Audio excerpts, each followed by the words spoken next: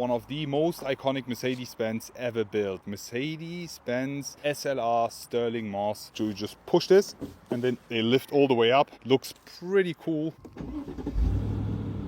Ay, ay, ay, ay.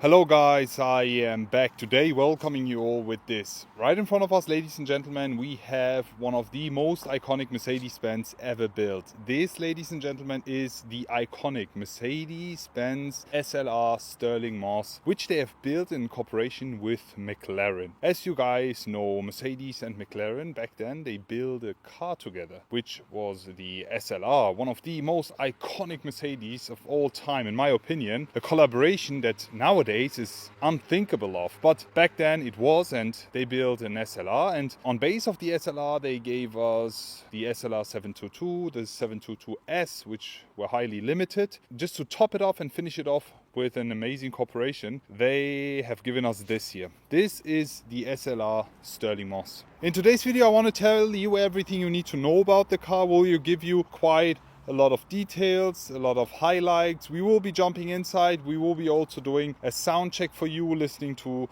the glorious and iconic engine of this car. Before we actually start, let me show you the key. I'm not joking, that's actually the key for the SLR Stirling Moss nowadays. I mean, they're selling for plus 3 million euros. Back in the days, people didn't even want to buy this car. Nowadays, they are crazy on the prices, been exploding. Crazy collector's item for every Mercedes-Benz collector. There have been 75 pieces built in total, but there are only 74 existing. Why? Let me tell you. Back in the days, there was one SLR Stirling Moss which was stolen. The thieves that stole that car back in the days, they thought, just take the car and sell it or do something with it. Unfortunately, the car was so highly limited that people would instantly know that the car was stolen. So you know what they did? They put the car on fire. They burned it. So there's only 74 cars remaining.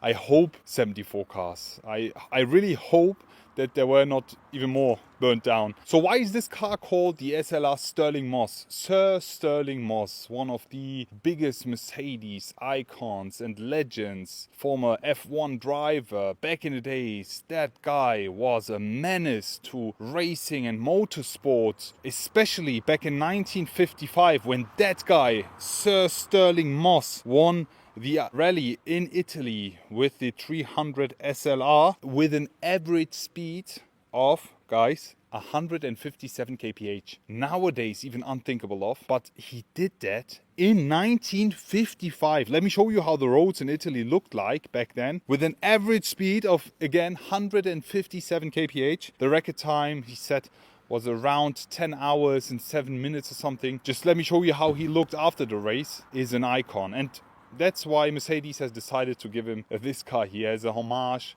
for his winning car, the 300 SLR, and himself winning that race back in the days. Iconic. Pretty funny, the Mercedes SLR Stirling Moss, back in the days built in cooperation with McLaren, comes with no roof at all. There's actually a cover to put if you're driving alone, but that's it. There is no roof, nothing, just a small little windshield in the front of the driver and the co-driver, where we have the driver's windshield a bit more moved forward, the co-driver's a bit more towards the bonnet. Underneath we have a 5.5 liter naturally aspirated V8, which we also had in the regular SLR. To open up the bonnet, all you have to do is unscrew these here, pop, pop, also here on this side, and then the way it opens is pretty funny. We'll be showing you a video of how that looks here. When you open it up, you have the iconic 5.5 liter V8, which gives us a total output of 650 horsepower. We have a top speed of 350 kph. That's a top speed. I mean,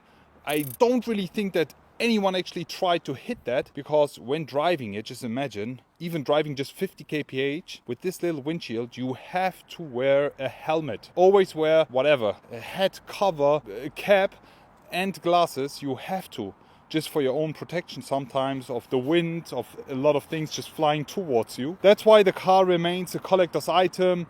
Sometimes people drive it out in summer days. In Monaco you see quite a few driving around, but that's actually it. We are here right now at the National Auto Museum in Dietzeltal, close to Frankfurt. This is actually a private collection, but a museum which you can visit when you are in Germany. They actually had 3 of these sLR Stirling Mosses, but they've sold one and now they only have 2 only, which one they drive and the other one is actually in the collection. And I think the car inside the museum in the collection has got like 75 kilometers. It's brand new, man, crazy.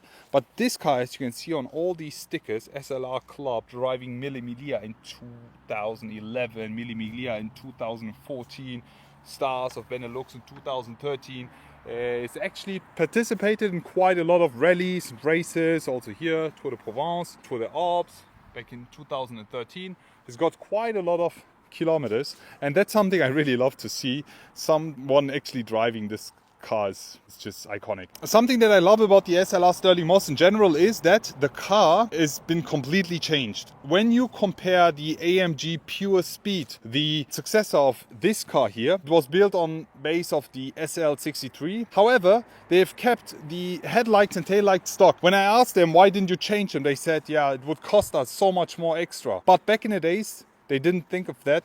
So the sLR Stirling Moss is coming with completely different head and tail lights. Let me show you the headlights. Here you go. And this was crazy back in the days, just spending money, development money on a low number of collectible cars here, which wouldn't even see the streets properly. Most of the cars been hiding in the garages, but anyways, they actually put a lot of effort in making an extremely cool car. And that's actually Sir Stirling Moss after the race in 1955. You can see his 300 sLR here. It's pretty cool. And yet again, the inside. Let me jump inside and show you more. Before I jump inside, let me show you the doors, because we have these amazing doors here. So you just push this and then they lift all the way up. Looks pretty cool. Scissor doors here. And then we have the inside of the iconic sLR Stirling Moss, with the red here being the 300 SL red. Pretty nice the way they did it. Everything is inside finished in carbon fiber. I mean, the entire car is finished in carbon fiber for lightweight, and you have quite a lot of carbon fiber bits and details. I am a huge fan of the way they did it. The only thing that I really don't like about this car is the steering wheel, because this is actually the steering wheel of a regular Mercedes. So they didn't put a crazy futuristic steering wheel. They just copy pasted the steering wheel of a C-Class from back in the days, and that's it. I'm jumping right inside now. Oh, yeah, yeah. Right inside the iconic sLR Stirling Moss. This is the door, and that's how you close it. And when you want to open it up again, you just push that, lifts all the way up again. Oop, closing the door here. This is the POV view that you have inside this car. Is pretty spacious, to be honest. Yeah, you have no roof at all. You have this small little windshield protecting you somehow. I mean, mostly protecting the steering wheel, to be honest, because you need to wear a helmet. And if you want to start the car, you actually have to put in the key, and you have the start stop button right over here. That's how the key looks like. On the side you have the sLR detail. Here you go. It's pretty nice. And let's put it in. 1, 2. Here you go. And third time. And then to start up the car, all you gotta do is push the brake. 3, 2, 1. Ay, ay, ay, ay, ay. Let me just open up the door so we get even more, because we actually have side pipes. Look at this. Let's listen to the sound of this iconic car. 3, 2, 1.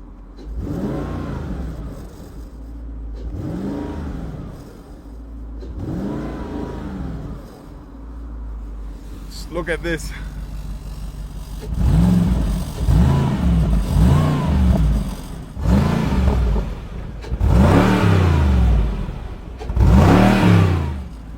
Amazing sound of the naturally aspirated 5.5 liter V8. It's crazy. Let me just stop the engine here. Doesn't work, so you have to turn the key. There you go. Yeah, you have the gear selector here to change the gears, reverse, neutral and drive. We have a handbrake inside. There you go. The seats are full finished in carbon fiber, bucket seats. It's pretty cool to finish with the leather. It's amazing, but that's almost about it. On the steering wheel, however, you can actually set the rear spoiler. Watch this. Go up and down. It's pretty cool, lovely. Right over here you also have a signature of Sir Stirling moss. And when I just press this open, you have a bit of storage space, and you can open up the trunk, ESP off, and quite a lot more features. But that's about it. You have no display in the inside, and that's something I really love about this iconic car. I mean, in around 50 to 100, 200, 300 years, people will still love it. It's timeless. The only thing you have is the AC control unit here. That's about it. Even the shift pedals are the same as we had in the C63, E55, and crazy. You even have a Distronic inside. How do you guys like the car? Please leave it in the comment section below. Special thanks to the National Auto Museum for letting me film this iconic car. I will be back.